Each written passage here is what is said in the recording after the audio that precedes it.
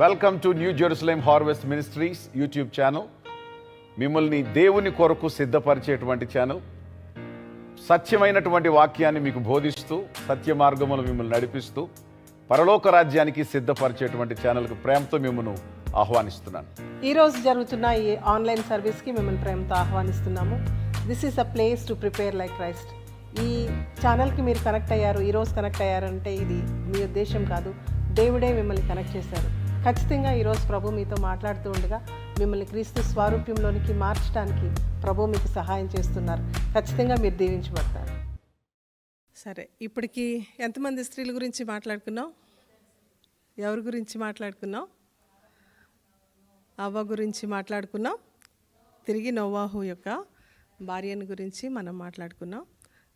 వీరిరువురి తర్వాత ఎవరి గురించి మాట్లాడాలి అని నేను ఆలోచించినప్పుడు ఇంకా బైబిల్ గ్రంథంలో ఆమె గురించి మాట్లాడుకోవడం చాలా ఆశీర్వాదం అనిపించే స్త్రీ ఎవరు చెప్పండి? వెరీ గుడ్, చాలా బాగా గెస్ చేశారు. అబ్రహాము భార్య అయిన శారా గురించి ఈరోజు మనం మాట్లాడుకుందాం. శారా జీవితంలో నుంచి దేవుడు మనకు ఏ విషయాలను నేర్పిస్తున్నారో నేర్చుకొని మన ఆత్మీయ జీవితాలను కూడా బలపరచుకోవడానికి, మన విశ్వాసాన్ని కూడా బలపరచుకోవడానికి పరిశుద్ధాత్మ దేవుడు మరి శారా జీవితంలో నుంచి మనతో ఈరోజు మాట్లాడాలని ఇష్టపడుతున్నారు. వినటానికి సిద్ధంగా ఉన్నారా? ఎప్పుడు చాలాసార్లు విన్నాంలే శారా గురించి, ఏం విందాం అనుకుంటున్నారా? రైట్, చిన్న ప్రార్థన చేసుకొని మనం వాక్యాన్ని వినటానికి సిద్ధపడదాం. పరిశుద్ధాత్మ తండ్రి, మాతో మాట్లాడే, మాకు బోధించే మా మంచి బోధకుడా, మీరు మాట్లాడితే మేము మేలు పొందుతాము, మాకు మా నేత్రాలు వెలిగించబడతాయి.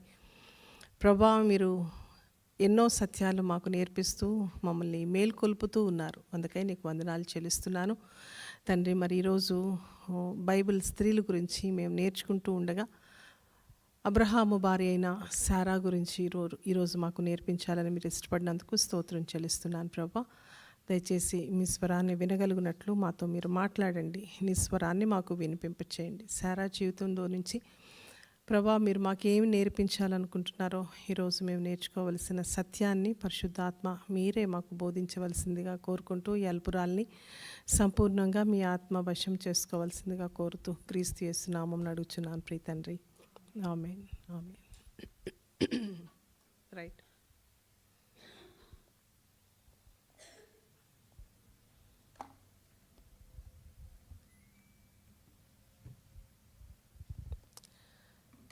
మంచిది. శారా అనగా ఏంటి? శారా యొక్క పేరుకి అర్థం తెలుసా? ఎవరికైనా చెప్తారా? శారా అన్న పేరుకి అర్థం రాజకుమారి లేదా యువరాణి. ఏంటి చెప్పండి? ఒక రాణి ఆమె. శారా అనగా ఆమె పేరుకి అర్థం ఏంటి? రాణి.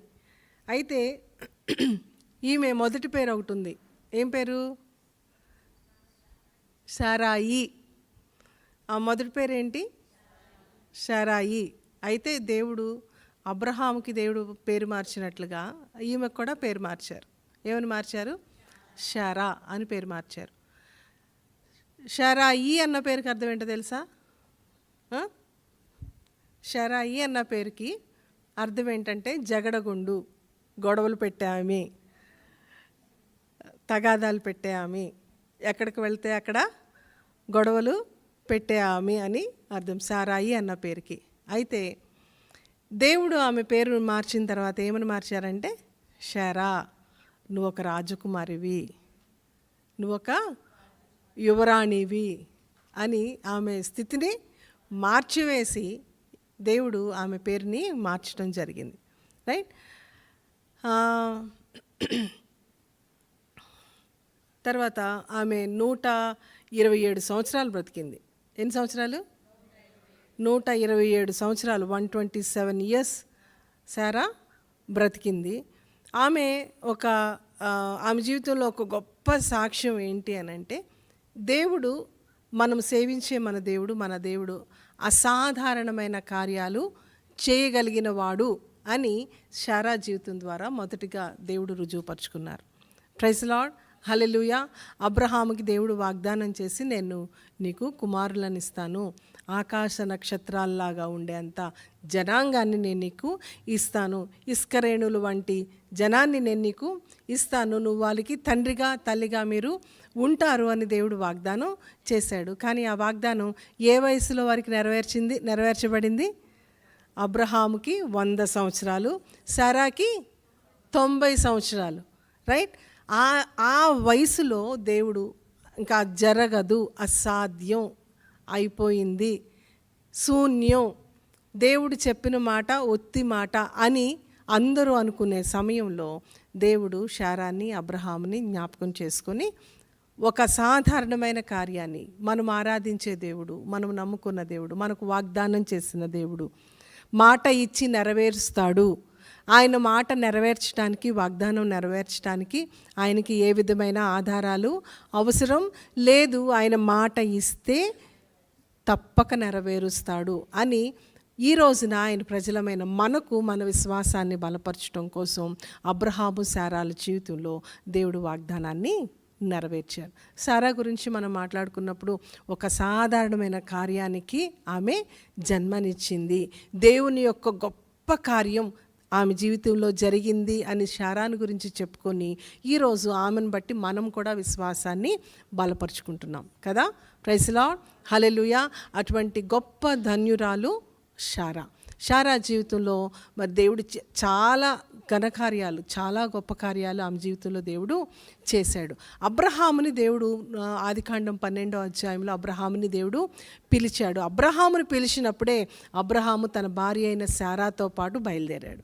అబ్రహాముని పిలిస్తే అబ్రహాముకు ఒక్కడికైనా పిలుపు కాదు, కానీ అబ్రహాము అప్పటికే వివాహమైంది కాబట్టి అబ్రహాము తన భార్యతో కలిసి బయలుదేరాడు. దేవుడు పిలిచినప్పుడు దేవుని మాటకు లోబడి, రైట్, దేవుని మాటకు విధేయత చూపి అబ్రహాము తన భర్త అయిన అబ్రహాము శారాకి చెప్పిన మాటలను నమ్మి, రైట్, తన భర్తతో పాటు బయలుదేరటానికి ఆమె ఇష్టపడింది, అంగీకరించింది.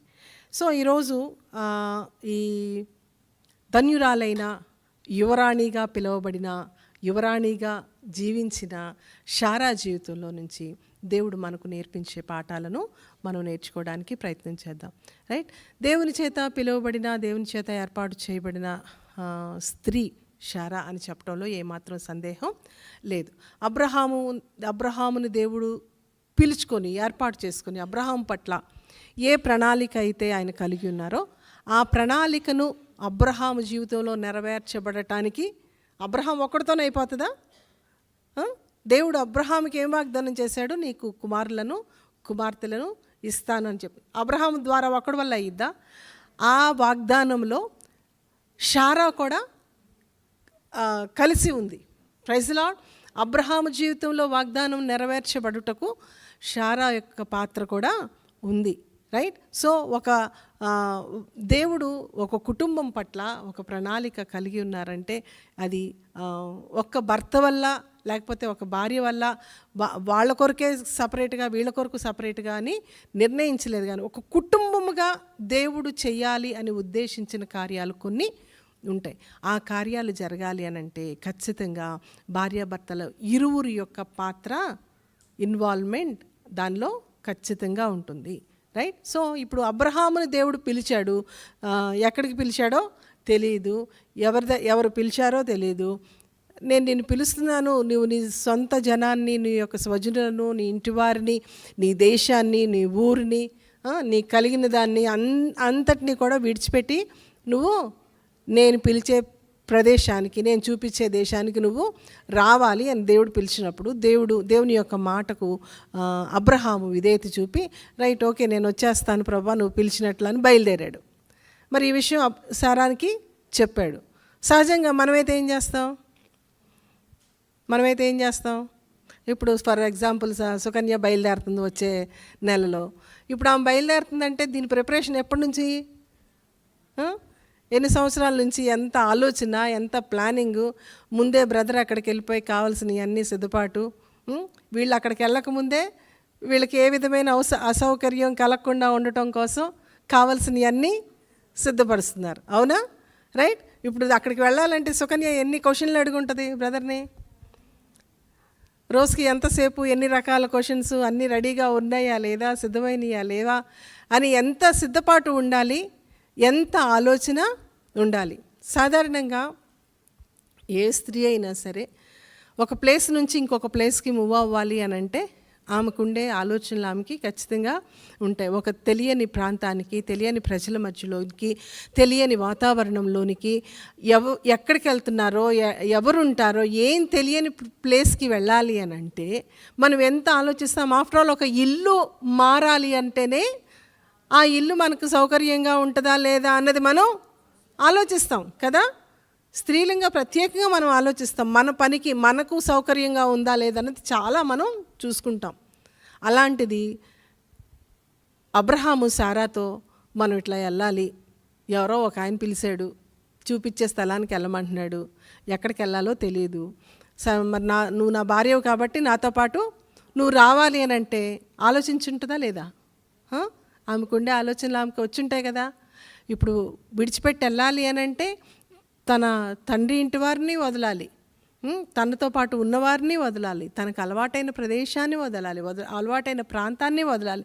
తన యొక్క అప్పటికే వాళ్ళు ధనవంతులు, ఏదో లేని స్థితి ఏమీ కాదు. తను చక్కగా ఒక కంఫర్టబుల్ లైఫ్ని లీడ్ చేస్తూ ఉంది. కానీ ఇప్పుడు తనున్న ఆ కంఫర్ట్ జోన్ని వదిలేసి ఎక్కడికి వెళ్తున్నారో కూడా తెలియని ప్రాంతానికి వెళ్ళటానికి తన భర్తతో సిద్ధపడాలి.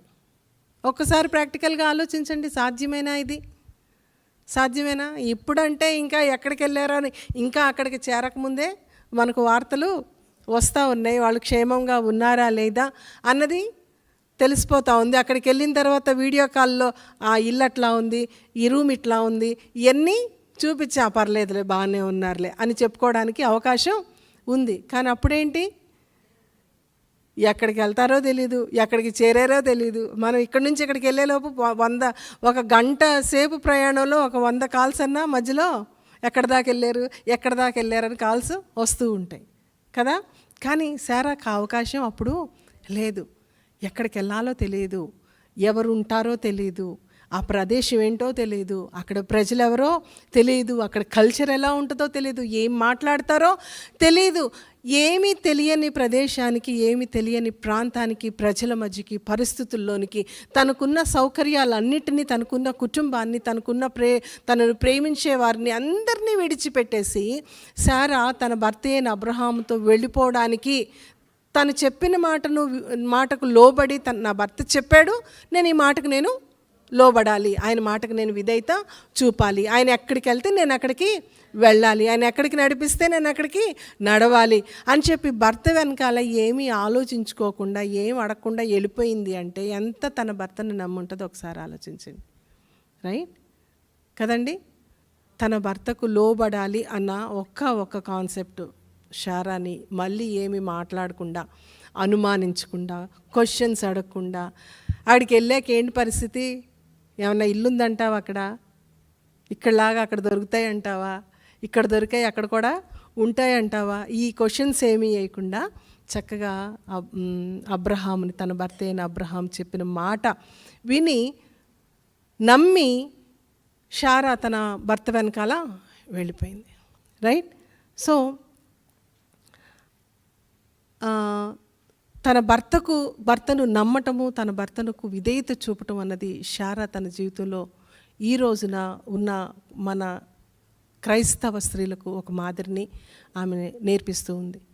శారా జీవితంలో నుంచి మనం నేర్చుకోవాల్సిన మొట్టమొదటి పాఠం, యేసు ప్రభు కొత్త నిబంధన గ్రంథంలో మనం చూస్తాము, నీ భర్తకు నువ్వు లోబడి ఉండాలి. రైట్. భర్త నీ శిరస్సు కాబట్టి నీ భర్తకు నువ్వు లోబడి ఉండాలి. కాబట్టి వాక్యము చెప్పిన విధంగా మనం జీవించాలి అని అంటే శారా ఒక మంచి మాదిరి ఈరోజు మనకి చూపిస్తూ ఉంది. తన భర్త చెప్పిన మాటకు లోబడి వెంబడించి భర్తను ఫాలో అయిపోయి వెళ్ళిపోయింది. రైట్. తర్వాత రెండవది 12వ అధ్యాయం ఆదికాండంలో మనం చూస్తాము. వాళ్ళు బయలుదేరి వచ్చిన తర్వాత ఒకసారి చదువుదాం చూడండి. 12వ అధ్యాయము ఆదికాండము 11వ వచనము 14వ వచనంలో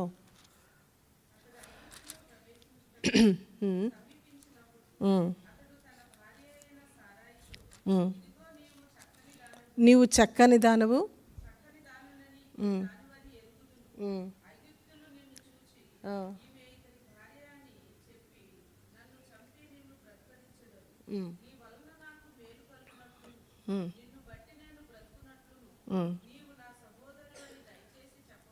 చాలు. ఇక్కడ సందర్భం అంతా మనకి తెలుసు కదా. ఆమె చాలా సౌందర్యవంతురాలు. ఆమె గురించి అబ్రహాము చెప్పిన మాట ఏంటంటే ఆమె చక్కనిది. ఆమె చాలా చక్కగా ఉన్న సౌందర్యవంతురాలు. అయితే ఈమె సౌందర్యాన్ని గురించి మనం మాట్లాడుకోవాలంటే ఈమె కేవలం పైకి చూడటానికి సౌందర్యవంతురాలు మాత్రమే కాదు, కానీ తన ఆంతర్యంలో కూడా, తన అంతరంగంలో కూడా చక్కని సౌందర్యవంతురాలు అని చెప్పగలిగే మంచి గుణాలు సారాలో మనం చాలా చూడగలుగుతాం.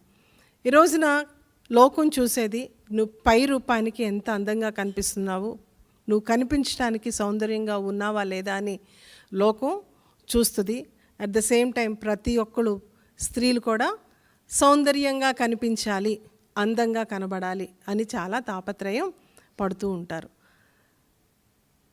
వాళ్ళు వయసు పెరుగుతూ ఉన్నా సౌందర్యం ఎప్పుడు ఒకే రకంగా ఉంటుందా? నువ్వెంత అందమైన వ్యక్తివైనా అందం ఒకేలాగా ఉంటుందా? యవనంలో ఉన్న యవనంలో ఉన్న అందమే నువ్వు పెరిగిన తర్వాత ఒక 60 ఏళ్ళు వచ్చిన తర్వాత అదే అందంగా కనిపిస్తావా? ఉండదు కదా. వయసు పెరుగుతున్న కొద్దీ అందం ఏమైపోతుంది? తరిగిపోతూ ఉంటుంది. కాబట్టి వాక్యం చెప్తుంది సౌందర్యం వ్యర్థం, అందం మోసకరం. కాబట్టి చాలామంది ఈ అందమే శాశ్వతం అనుకొని ఈ అందం కోసం, అందంగా ఉండటం కోసం, అందంగా కనిపించటం కోసం నానా తాపత్రయాలు పడుతూ ఉంటారు. కానీ దేవుడిచ్చిన సౌందర్యం ఎప్పటికీ సౌందర్యమే. నువ్వు ఒకవేళ పై రూపానికి ఒకవేళ నువ్వు అందంగా కనిపించకపోవచ్చు, కానీ నీ నిజమైన అందం ఏంటి అనంటే నీ యొక్క ఆంతర్య సౌందర్యం. నువ్వు నిజంగా అంతరంగంలో నీ ఆంతర్య సౌందర్యము అందముగా ఉన్నట్లయితే నీకు తెలియకుండానే ప్రజలను నువ్వు ఆకర్షించే వ్యక్తిగా ఉంటావు. Right? Praise the lord. Hallelujah. పేతురు పత్రికలో ఒక మాట ఉంటుంది చూడండి, 3వ అధ్యాయం, మొదటి పేతురు పత్రిక 3వ అధ్యాయము 1 నుంచి 6 వచనాల వరకు ఒకసారి చదువుదాం చూడండి. చాలా చక్కని మాటలు అందాన్ని గురించి అక్కడ పేతురు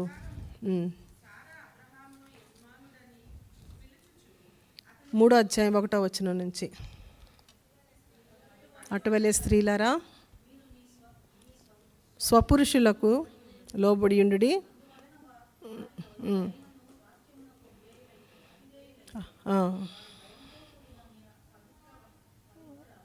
ప్రవర్తనను చూచి వాక్యం లేకుండానే తమ భార్యల నడవడి వలన రాబట్టవచ్చును.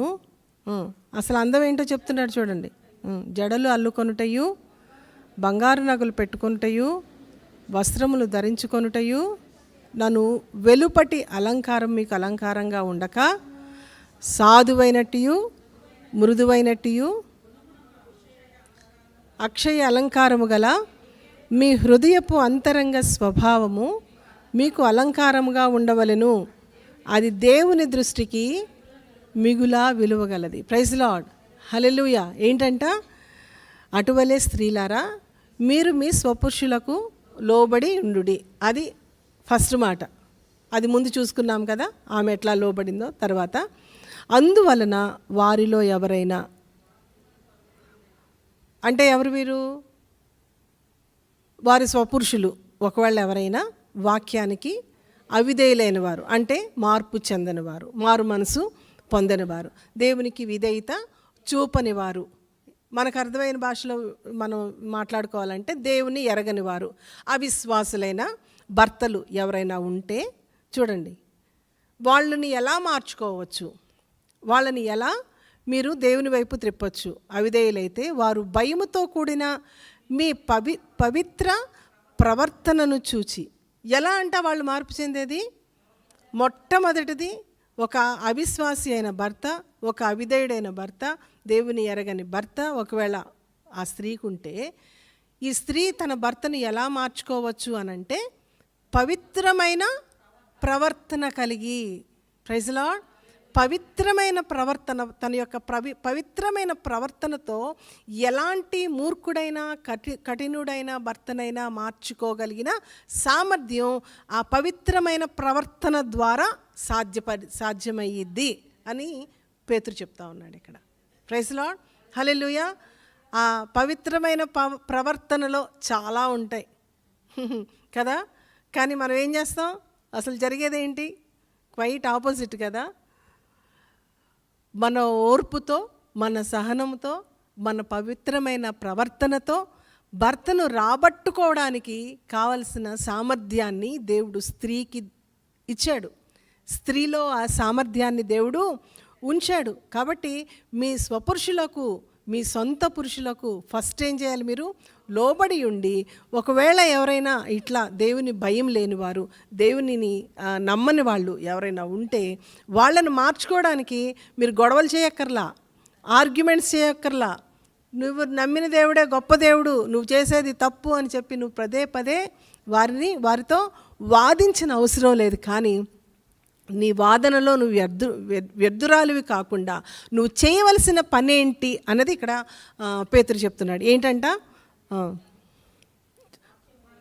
వాక్యము లేకుండానే నడవవలసిన నడవడి వలన వారు రాబట్టుకో. వీళ్ళకి వాక్యం అవసరంలా, వీళ్ళకి నువ్వేం బోధ చేయవసరం. నువ్వు బోధ చేస్తే ఇంకా కఠినం అయిపోతారు వాళ్ళు. వాళ్ళకి నువ్వు చెప్పాల్సింది వాక్యం కాదు, కానీ నీ ప్రవర్తన, నీ పవిత్ర ప్రవర్తన వాళ్ళని నువ్వు రాబట్టుకోగలిగే విధంగా చేయగలిగిద్ది. నీ పవిత్ర ప్రవర్తన ద్వారా నువ్వు వారిని రాబట్టుకుంటావు, దేవుని కొరకు గెలుచుకుంటావు. ప్రైజ్ లార్డ్, హల్లెలూయా, హల్లెలూయా. చూడండి, ఈ అలంకారాలు, ఈ పైకి కనిపించే అలంకారాలు ఏంటి? జడలు అల్లుకొనుటయు, బంగారు నగలు పెట్టుకుంటాయు, వస్త్రాలు ధరించుకుంటాయు, వెలుపటి అలంకారం. ఇదంతా వెలుపటి అలంకారమే, ఇది పైకి కనిపించే అలంకారమే. అయితే అసలైన అలంకారం ఏంటి అంటే నీ పవిత్ర ప్రవర్తనలో ఉండే అలంకారము ఏంటి అనంటే ఏంటి? సాధువైనట్టు. సాధువైనట్టు అంటే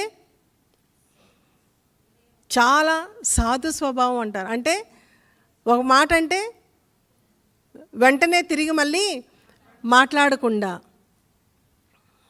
సాధువు అన్నట్లు ఎట్లా చెప్పచ్చు? ఒకవేళ మొహం మీద తిడతా ఉన్నా సరే ఏమీ అనుకోకుండా, లేకపోతే ఏమీ రియాక్ట్ అవ్వకుండా కామ్గా ఉంటారు చూడండి, వాళ్ళని ఏమంటారు? సాధు స్వభావులు. రైట్. తర్వాత చాలా మృదువైన స్వభావము. వారి మాటలు కఠినమైన మాటలుగా ఉండవు, చాలా మృదువైన అక్షయ అలంకారం. ఇటువంటి ప్రవర్తన ఏంటిదంట? అక్షయ అలంకారం. అది నీకు బయటికి కొన్ని రోజులు ఉండి మాయమైపోయేది కాదు, ఇది లోన నుండి వచ్చే అలంకారం. ఈ అలంకారం నీకు నీ విలువను పెంచే అలంకారం. రైట్. ఈ అలంకారం నీకు ఒక గౌరవాన్ని తీసుకొచ్చే అలంకారం. ఈరోజు ఉండి రేపు పోయే అలంకారం కాదు ఇది. నీ ప్రవర్తన నీకు ఏమిస్తుందంటే నీకు ఒక మంచి విలువను ఇస్తుంది, నీకు ఒక మంచి స్థానాన్ని ఇస్తుంది. నీవంటే ఒక గౌరవం, నీ మాట అంటే ఒక గౌరవం, నీ మాట వినాలి అనిపించే విధంగా నీకు గౌరవాన్ని పెంచే అలంకారం ఇది. ప్రైజ్ లార్డ్, హల్లెలూయా, హల్లెలూయా. సో కాబట్టి చూడండి, ఇంకా అంతరంగ స్వభావం మీకు అలంకారంగా ఉండవలెను. అర్థమైందా? ఏంటంటే మీ హృదయపు అంతరంగ స్వభావము మీకు అలంకారంగా ఉండవలెను, అది దేవుని దృష్టికి మిగుల విలువగలది. ప్రైజ్ లార్డ్, హల్లెలూయా, హల్లెలూయా. ఈ మాటల ద్వారా ఈరోజు నిజంగా ప్రభు మనకి ఒక మేల్కొల్పును కలిగి చేయాలి. చాలా మరి స్త్రీలంగా మనం నేర్చుకోవలసిన సత్యం ఇది. మన హృదయాలంకారము ఏంటి అన్నది స్పష్టంగా వాక్యంలో దేవుడు తెలియచేశాడు. మన పై అలంకారం మనం ఎంత చేసుకున్నా అది ఎవరి కోసం? మనుషుల కోసమే. మన సాటిస్ఫాక్షన్ కోసం, మనుషులకి అందంగా కనిపించడం కోసం, మనుషుల్ని ఒక రకంగా చెప్పాలంటే లోకం పద్ధతిలో చెప్పాలి, లోక దృష్టిలో చెప్పాలంటే మనుషుల్ని ఆకర్షించటం కోసం, రైట్, చేసుకునేదే పై అలంకారం. కానీ దేవుడు మన హృదయ అలంకారాన్ని చూస్తున్నాడు. దేవునికి ఇష్టమైంది ఏంటయ్యా అంటే ఏం చెప్పండి? మన హృదయ అలంకారం. ప్రైజ్ ది లార్డ్, హల్లెలూయా. ఒక వ్యక్తి దేవుని దృష్టిని ఆకర్షించగలిగే అందము నీ హృదయంలో కనుక దేవుడు చూడగలిగితే ఆ వ్యక్తి పక్షంగా దేవుడు ఉంటాడు. Praise the lord, hallelujah, hallelujah. Right, చూడండి ఇంకా కొద్ది కిందకి చదువుదాము. అటువలే పూర్వము దేవుని ఆశ్రయించిన పరిశుద్ధ స్త్రీలు రైట్ ఏంటి ఇప్పుడు అలాగే ఏం చేశారంట స్త్రీలు? చదవండి. తమ స్వపురుషులకు లోబడి ఉండటం వల్ల ఏమైంది? తమ్మును తాము, అర్థమైందా దీనిలో మాట? ఇప్పుడు స్వపురుషులకు లోబడటం వల్ల వీళ్ళకి ఏమొచ్చిందంట? వీళ్ళకి ఒక అలంకారం వచ్చిందంట. అంటే వారి భర్తలకు వారు లోబడి ఉండటం వల్ల వీళ్ళకి ఒక గౌరవం వచ్చింది. అర్థమైందా? మనకు స్త్రీగా ఎవరికి భర్తకు ఉండే గౌరవం, స్త్రీగా స్త్రీకి ఉండే గౌరవం ఇండివిజువల్గా ఉంటుంది. కానీ సమాజంలో, కుటుంబంలో మనకు ఒక గౌరవం, ఒక స్థానం ఉండాలంటే నీ భర్తకు నువ్వు ఇచ్చే గౌరవాన్ని బట్టే, నీ భర్తకు నువ్వు లోబడి ఉండే దాన్ని బట్టే నీ గౌరవం ఆధారపడి ఉంటుంది. రైట్, అర్థమైందా? 10 మందిలో నీ భర్త ఒకవేళ ఎంత గొప్ప వ్యక్తి అయినా నీకు భర్తే కాబట్టి కొన్నిసార్లు చాలా చులకనగా, లేకపోతే నా భర్తేగా అన్న చులకన భావం ఒకవేళ ఉండొచ్చేమో. కానీ నీ భర్తకు నువ్వు 10 మందిలో నువ్వు ఇచ్చే గౌరవం, 10 మందిలో నువ్వు ఇచ్చే స్థానం, నువ్వు ఇచ్చే రెస్పెక్ట్ నీకు అలంకారంగా మారిద్దంట, నీకు గౌరవప్రదంగా మారిద్దంట.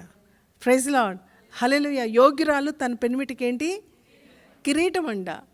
దాని అర్థం ఏంటి? కిరీటం ఎక్కడ ఉంటుంది? తల మీద ఉంటుంది కదా. నీ భర్తకు నువ్వు ఇచ్చే ఆ గౌరవమే నీకు ఒక అలంకారంగా, నీకు ఒక స్థానంగా, నిన్ను ఒక గౌరవప్రదమైన స్థానంలో నిన్ను నిలవబెట్టింది. ప్రైజ్ ది లార్డ్, హల్లెలూయా. సారా నిజంగా అంత గౌరవాన్ని తన భర్తకి ఇచ్చింది. తన భర్తను గౌరవించవలసిన విధంగా సారా గౌరవించింది. సారా తన భర్తని ఏమని పిలుస్తుంది చూడండి ఇక్కడ. యజమానుడా అని అతనికి లోబడి ఉండెను. ప్రైజ్ లార్డ్, హల్లెలూయా. ఏమని పిలిచిందంట తన భర్తని? ఈ రోజుల్లో ఎలా పిలుస్తున్నారు? ఈ రోజుల్లో ఎలా పిలుస్తున్నారు తెలుసు కదా. మనకు పిలుపులు చాలా మారిపోయినాయి కదండి. భర్తను గౌరవంగా పిలవడం అన్నది స్థాయి మారిపోయింది. ఇప్పుడు గౌరవంగా పిలిస్తే వీళ్ళకేదో చాలా నష్టం జరిగిపోతుంది, లేకపోతే వీళ్ళ గౌరవం ఏదో తగ్గిపోతుంది అన్నట్లుగా భర్తని పేరుతో పిలవడం, లేకపోతే ఇంకా అయ్యో నిక్నేములు పెట్టుకొని పిలవడం మనం వింటూ ఉన్నాం. కానీ సారా ఎలా పిలిచిందంట తన భర్తని?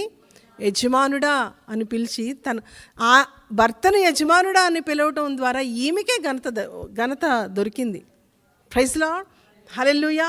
సో కాబట్టి భర్తను గౌరవించడం, దేవుడు నీకు శిరస్సుగా ఇచ్చిన భర్తకు గౌరవాన్ని ఇవ్వడం, నిన్ను నువ్వు గౌరవపరచుకోవడమే, నీకు గౌరవాన్ని పెంచుకోవడమే, నీ ఆధిక్యతను నువ్వు పెంచుకోవడమే.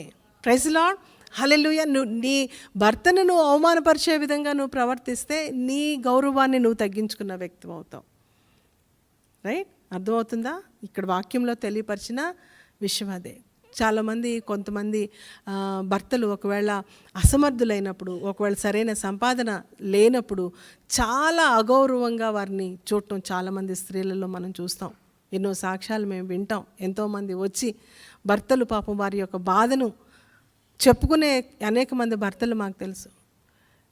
భర్త ఎట్లాంటి వాడైనప్పటికీ కూడా, అసమర్థుడైనప్పటికీ కూడా, తన బలహీనతలు నీకు తెలిసినప్పటికీ కూడా తన గౌరవాన్ని కాపాడటం, నీ గౌరవాన్ని పెంచుకోవడమే. భర్త యొక్క బలహీనతలు తెలిసి 10 మందిలో చెప్పి 10 మందిలో తన గౌరవాన్ని తీయటం, నిన్ను నువ్వు అవమానపరచుకోవడమే. రైట్.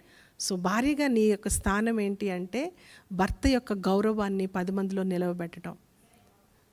భార్యను దేవుడు అవ్వను ఎక్కడి నుంచి చేశాడు? పక్కన ఉన్న ఎముకలో నుంచి చేశాడు. దేనికోసం? ఏముంది పక్కన? దాని ఆ ఎముక లోపల ఏముంది? గుండె ఉంది. ఆ గుండెకి ఏమి దెబ్బ తగలకుండా, గుండెకి ఏమి ఇబ్బంది కలగకుండా, గుండెకి గాయం కలగకుండా కాపాడేది ఏంటి?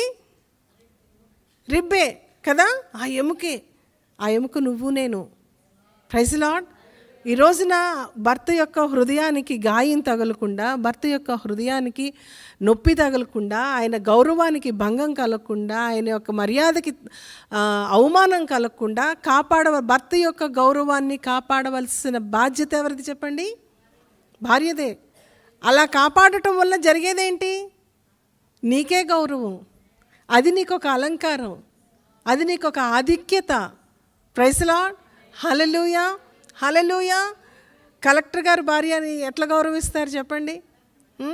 కలెక్టర్ గారి భార్య అని అంటారు కదా. ఆమె ఎవరైనా సరే ఇంట్లో ఎట్లా ఉన్నా సరే బయటకు వచ్చిందంటే కలెక్టర్ గారి భార్య. దేన్ని బట్టి? కలెక్టర్ గారిని బట్టి కదా. ఆయన భార్య అని చెప్పి ఈమెకి గౌరవం. బయటకు వచ్చిన తర్వాత కలెక్టర్ ఎట్లాడోడో తెలుసా ఇంట్లో అని చెప్పింది అనుకో, ఆయన స్థానమేం పోదు, నిన్నే అనుకుంటారు. ఏమని? ఆయనేమో అంత గొప్పడు, ఈమె చూడు ఎట్లా చెప్తుందో ఆయన గురించి అని, నీకే అవమానం. రైట్.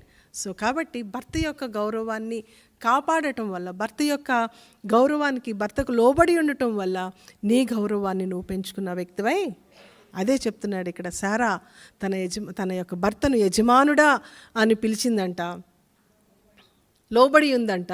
ఇంకొకసారి చదవండి ఆ మాట, చాలా బాగుంది. అబ్రహాముని యజమానుడా అని పిలుచుచు అతనికి లోబడి ఉండెను. మీరును యోగ్యముగా నడుచుకొనుచు ఏ భయమును. Praise lord. మనం కూడా ఆమెను అనుసరించిన వారంగా ఉంటే, సారా ఎట్లా తన భర్తకు లోబడి ఆయన గౌరవాన్ని కాపాడుతూ, రైట్, ఆయనకి విధేయత చూపుతూ ఉందో, అలాగే మనం కూడా ఆమెను అనుసరిస్తే మనం ఎవరో అనబడతామంట? ఆమెకు పిల్లలు. సారా ఎంత చక్కగా భర్తకు గౌరవాన్ని ఇస్తూ, భర్తకు లోబడుతూ, ఒక విశ్వాసురాలుగా సారా ఎలా బైబిల్ గ్రంథంలో కొనియాడబడిందో, మనం కూడా ఆమె పిల్లలు అనబడతాం. Praise lord. Hallelujah, hallelujah. Right. తర్వాత ఇంకొక ప్రాముఖ్యమైన విషయం, మూడవదిగా సారా చక్కని ఆతిథ్యాన్ని ఇచ్చింది. మనకు తెలుసు, ఆదికాండము 18వ అధ్యాయం 6వ వచనంలో మనం చూస్తాం. మధ్యాహ్నం ఎండవేళ భోజనాలన్నీ అయిపోయినాయి, వంట పని అయిపోయింది, హాయిగా భోజనం అయిపోగానే ఏం చేస్తాం? కాసేపు రెస్ట్ తీసుకోవాలి కదా. ఎంత పనైనా చేయనియండి, భోజనం అయిన తర్వాత ఒక్క 10 నిమిషాలన్నా అట్లా రిలాక్స్ అయితే మళ్ళీ నెక్స్ట్ పనికి సిద్ధమవుతాం కదా. పాపం సారా కూడా అదే టైంలో ఉంది. అలాంటి టైంలోనే రెస్ట్ తీసుకుంటూ మళ్ళీ సాయంత్రం పనికి ఛార్జ్ అవ్వడానికి కోసం రెస్ట్ తీసుకుంటున్న సమయంలో అబ్రహాం పరిగెత్తుకుంటూ వచ్చి, గెస్ట్లు వచ్చారు త్వరగా సిద్ధం చెయ్యి అని చెప్పి లెక్క చెప్పి వెళ్తే ఏం చేసిందంట సారా?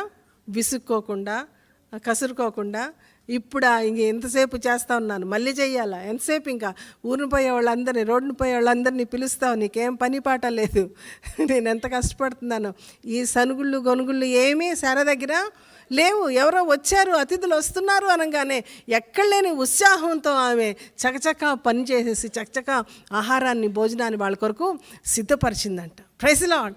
హల్లెలూయా. ఆతిథ్యం ఇవ్వడానికి క్రైస్తవ కుటుంబాలు ఎప్పుడూ ఓపెన్గా ఉండాలి. ఆమేన్. దేవుని బిడలమైన మనం, దేవుని ప్రేమను చూపించడానికి మన గృహాలు ఎప్పుడూ కూడా ఆతిథ్యం ఇవ్వడానికి, రైట్, ఆతిథ్యం ఇవ్వడానికి సిద్ధంగా ఉండాలి. Praise lord. హల్లెలూయా.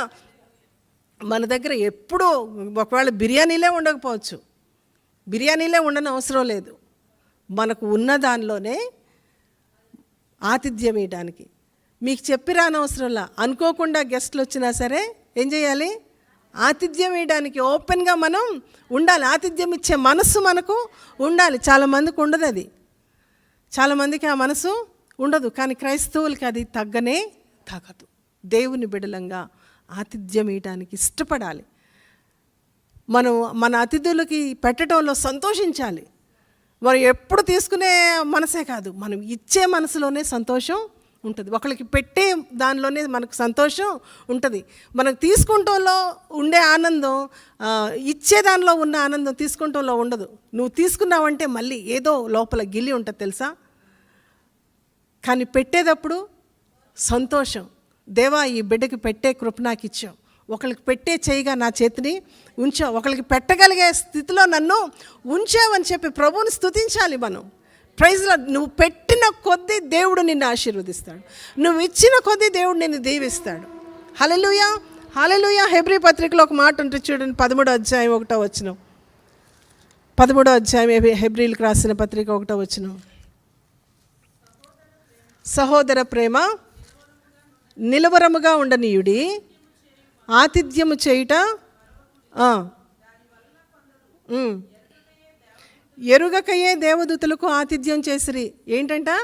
చాలు ఏంటి? సహోదర ప్రేమను నిలవరముగా ఉండనీయుడి అంటే సహోదరుల్ని ప్రేమించేది స్థిరంగా ఉండాలి. నిన్ను ప్రేమించే వాళ్ళనే ప్రేమించడం, నీకు పెట్టిన వాళ్ళకే పెట్టడం, నీకు ఇచ్చిన వాళ్ళకే ఇవ్వడం, ఇది దేవుని ప్రేమ, సహోదర ప్రేమ కాదు. రైట్? నువ్వు పెట్టిన వాళ్ళకే నువ్వు పెడితే ఇంకా ఆ లోకస్తులకి నీకు తేడా ఏముంది? కొంతమంది ఉంటారు, ఎవరైనా గిఫ్ట్లు లేకపోతే ఏదైనా అకేషన్స్ గిఫ్ట్స్ ఇచ్చినప్పుడు వాళ్ళు మన పెళ్ళికి ఏమి ఇచ్చారు, వాళ్ళు మన ఇంట్లో ఫంక్షన్కి ఏం తెచ్చారు, వాళ్ళు తెచ్చిన దాన్ని చూసుకొని వాళ్ళు ఏం తెచ్చారో అంత స్థాయిలోనే మళ్ళీ ఇవ్వటం. ఇది ఏమన్నా అసలు దేవుని మనసా? కాదు. నువ్వు నిజంగా ఒకవేళ దేవుని మనసుతో ఇవ్వాలంటే పేర్లు రాయకుండా ఇవ్వాలి. నేను ఎప్పుడు అది కోరుకుంటు, నేను ఎవరికి గిఫ్ట్లు ఇచ్చినా మ్యాక్సిమం పేర్లు రాయను. నా చేతులతో ఇస్తే మాత్రం పేరు రాయను. ఎంత అని కూడా తెలియని విధంగా దాని మీద ప్రైస్ ట్యాగ్ కూడా తీసేసి అది క్రైస్తవ కల్చర్. నువ్వు చేసేది నీ గొప్ప కోసం కాదు, సహోదర ప్రేమ నిలిచి ఉండటం కోసం మనం చెయ్యాలి. ప్రైజ్ లార్డ్, హల్లెలూయా, హల్లెలూయా. సో హెబ్రీ పత్రికలు ఇప్పుడు మనం చదివినట్లుగా సహోదర ప్రేమ నిలవరముగా ఉండినీయుడి, ఆతిథ్యం ఇవ్వడం మరవద్దు. ఈ ఆతిథ్యంలో ఏం జరిగిద్దో తెలుసా? మనకు తెలియకుండానే కొన్నిసార్లు మనం దేవదూతలకి ఆతిథ్యం ఇస్తున్నామంట. ఎంత గొప్ప సంగతి! మనం మనుషుల్ని చూసి కనుక ఆతిథ్యం ఇస్తూ ఉంటే, మనుషుల యొక్క స్థాయిని చూసి, మనుషుల యొక్క స్థితిని చూసి మనం ఆతిథ్యం ఇస్తే దాని ప్రతిఫలాన్ని మనం పొందలేము. సహోదర ప్రేమతో, దేవుని ప్రేమతో కనుక మనం ఆతిథ్యం ఇస్తే మనకు తెలియకనే దేవదూతలకు కొన్నిసార్లు మనం ఆతిథ్యం ఇస్తున్నామంట. హల్లెలూయా, హల్లెలూయా. ఎంత ఆధిక్యత చూడండి, అది ఎంత ఆధిక్యత. సారా ఆ విధమైన ఆతిథ్యాన్నే ఆమె ఇచ్చింది. వచ్చింది ఎవరో ఆమెకి తెలీదు. అబ్రహాం పరిగెత్తుకొని వచ్చి ఎవరో వచ్చారు, వెళ్తూ ఉంటే భోజనానికి రమ్మని పిలిచాను, వాళ్ళు వస్తూ ఉన్నారు, భోజనానికి సిద్ధం చేయంటే వాళ్ళు ఎవరు, ఎంతమంది, ఎక్కడి నుంచి వచ్చారు, ఎంత తింటారు, ఏం తింటారు, ఈ క్వశ్చన్స్ ఏమీ అడగలేదు. కానీ అబ్రహాము చెప్పింది చెప్పినట్టుగా టకా టకా టకా చేసుకొని ఆమె వెళ్ళిపోయింది. ప్రైజ్ లార్డ్, హల్లెలూయా, హల్లెలూయా. ఈరోజు ఒక 4 గెస్టులు వస్తున్నారంటే మనకి అన్ని ప్లానింగ్లు అండి. ఎన్ని ప్లానింగ్లు మనకి చేయగలవా లేదా? అబ్బా ఇప్పుడు దాకా రోజు చేసే, ఇప్పుడు కూడా అదే పని, ఎవరైనా క్యాటరింగ్ ఇచ్చేసేయండి లేదు. ఇప్పుడు మనకు బాగా అందుబాటులోకి వచ్చేసినాయి కదా, అవన్నీ బాగా అందుబాటులోకి వచ్చేసినాయి. కానీ దేవుని బిడ్డలంగా సాధ్యమైనంత వరకు మన చేతులతో మనం చేసి మన అతిథులకు మనం వడ్డించడం చాలా ఆశీర్వాదం. నేను ఇప్పటికీ కూడా ఎవరైనా వచ్చారంటే నేనే వడ్డిస్తా, పిల్లలకు కూడా ఇవ్వను, నేనే వడ్డిస్తా, నేనే చేస్తాను, మ్యాక్సిమం నేనే చేస్తాను. కారణం ఏంటంటే పెట్టడంలో మనకున్న ఆనందం, మనకు ఆశీర్వాదం. మనం పెట్టేవారుగా ఉండాలి, ఇచ్చేవారంగా మనం ఉండాలి. దేవుడు మనల్ని అట్లా చేశాడు. ప్రైజ్ లార్డ్, హల్లెలూయా. చాలామంది కలిసిన వాళ్ళు, అమ్మ వంటకి ఎవరినన్నా పెట్టుకోపోయారా, నేనే ఇంట్లో వంట చేస్తానంటే ఇప్పటికీ ఆశ్చర్యపోతారు చాలామంది. కానీ నా కుటుంబానికి దేవుడు నాకు ఇచ్చిన బాధ్యత ఖచ్చితంగా మనం చెయ్యాలి. రైట్? ప్రైజ్ లార్డ్, హల్లెలూయా. కాబట్టి మనం మన బాధ్యతలు చేయటం విషయంలో ఎప్పటికీ మనం అలసిపోకూడదు. ఆమేన్, హల్లెలూయా. సో సారా ఎట్లాంటిదంట? చక్కని ఆతిథ్యం ఇచ్చే స్త్రీ. ఆతిథ్యం ఇద్దామా? అలసిపోకూడదు. ప్రైజ్ లార్డ్, హల్లెలూయా. ఒకవేళ మీ వల్ల కావట్లేదు, ఇంకా ఎక్కువ జనం వస్తున్నారంటే హెల్ప్ తీసుకోండి. మన సహోదరులు ఉన్నారు, ఎవరో ఒకళ్ళ హెల్ప్ తీసుకోండి. మన ఎస్ఎస్ ఇది ఉంది, క్యాటరింగ్ ఉంది, కావాలనుకుంటే సిస్టర్ ఉన్నారు హెల్ప్ చేయడానికి, సహాయం చేయడానికి హెల్ప్ తీసుకోండి. కానీ ఆతిథ్యం ఇచ్చేవాళ్ళంగా మనం ఏ సమయంలోనైనా ఆతిథ్యం ఇచ్చేవాళ్ళంగా, మన ఇంటికి ఒకళ్ళు వచ్చారు అని అంటే మన ఆతిథ్యాన్ని స్వీకరించకుండా వాళ్ళు వెళ్ళకూడదు. Praise lord. క్రైస్తవ గృహాలు ఆతిథ్యం ఇచ్చే గృహాలుగా ఉండాలి. Praise lord. సారా ఆ విధంగా ఉంది. రైట్. 4వది, సారా ఒక మంచి విశ్వాసురాలు. ఆమె విశ్వాసురాలు అని చెప్పడంలో ఏమాత్రం సందేహం లేదు. ఆమె విశ్వాసురాల జాబితాలో హెబ్రీ పత్రిక 11వ అధ్యాయంలో విశ్వాసులను గురించిన జాబితా ఒకటి ఇక్కడ వ్రాయబడి ఉంది. దానిలో ఆమె పేరుని వ్రాశారు అని అంటే ఖచ్చితంగా ఆమె విశ్వాసురాలు. 11వ అధ్యాయం 11వ వచనం చూద్దాము. విశ్వాసమును బట్టి సారాయి వాగ్దానం చేసిన వాడు నమ్మదగిన వాడని ఎంచుకొనెను గనుక తాను వయస్సు గతించినదైనను గర్భము ధరించుటకు శక్తిని పొందెను. అందుచేత మృతతుల్యుడైన ఆ ఒక్కని నుండి సంఖ్యకు ఆకాశ నక్షత్రముల వలెను సముద్ర తీరమందలి లెక్కింప శక్యము కానీ ఇసుక వలెను సంతానం కలిగింది. Praise lord. హల్లెలూయా. హల్లెలూయా. ఏం చెప్పబడింది ఇక్కడ సారాను గురించి?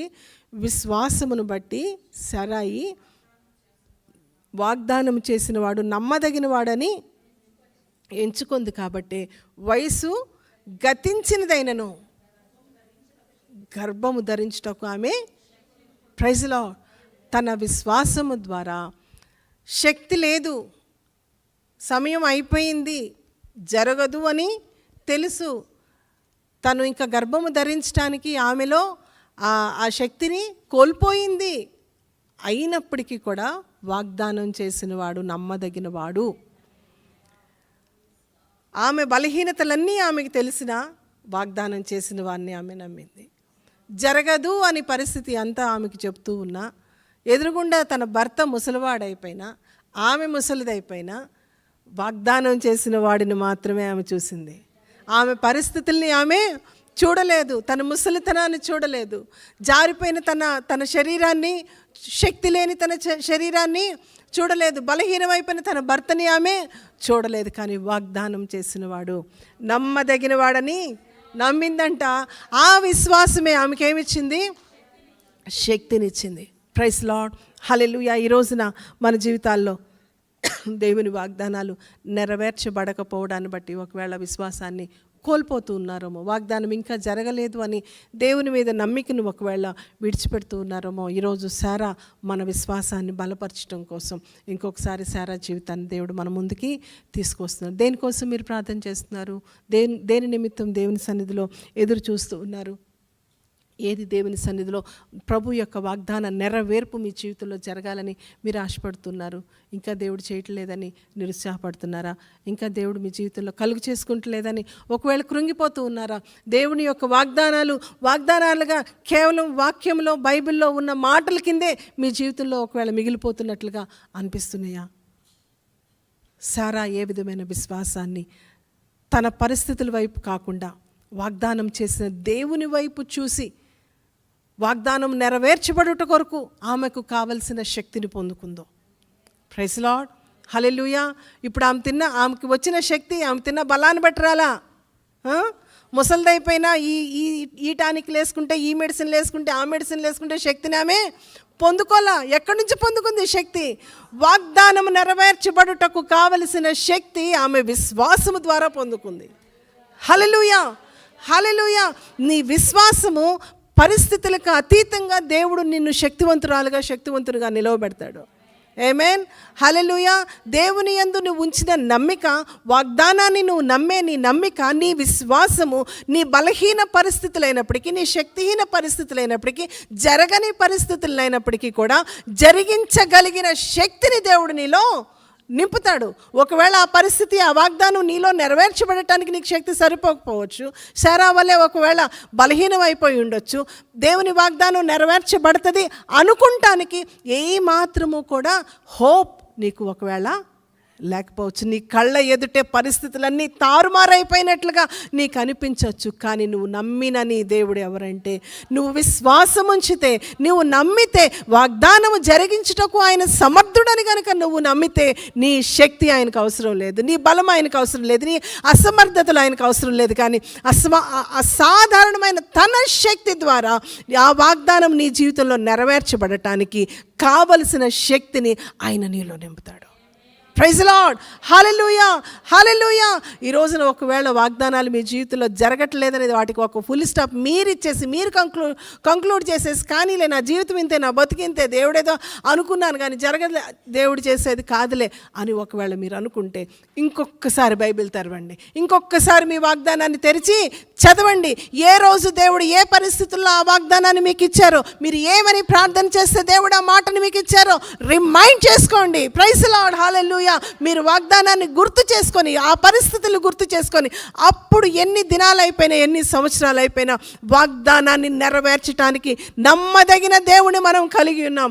ఆయన శక్తిని మనం నమ్ముదాం. మన సామర్థ్యాలు కాదు, మన శక్తి కాదు, మన పరిస్థితులు కాదు, మాట ఇచ్చిన వాడు నెరవేర్చడానికి ఆయన శక్తివంతుడు. ప్రైజ్ లార్డ్, హల్లెలూయా, హల్లెలూయా. ఆయన శక్తిని ఆశ్రయిద్దాం, ఆయన నమ్మకత్వాన్ని నమ్ముకుందాం.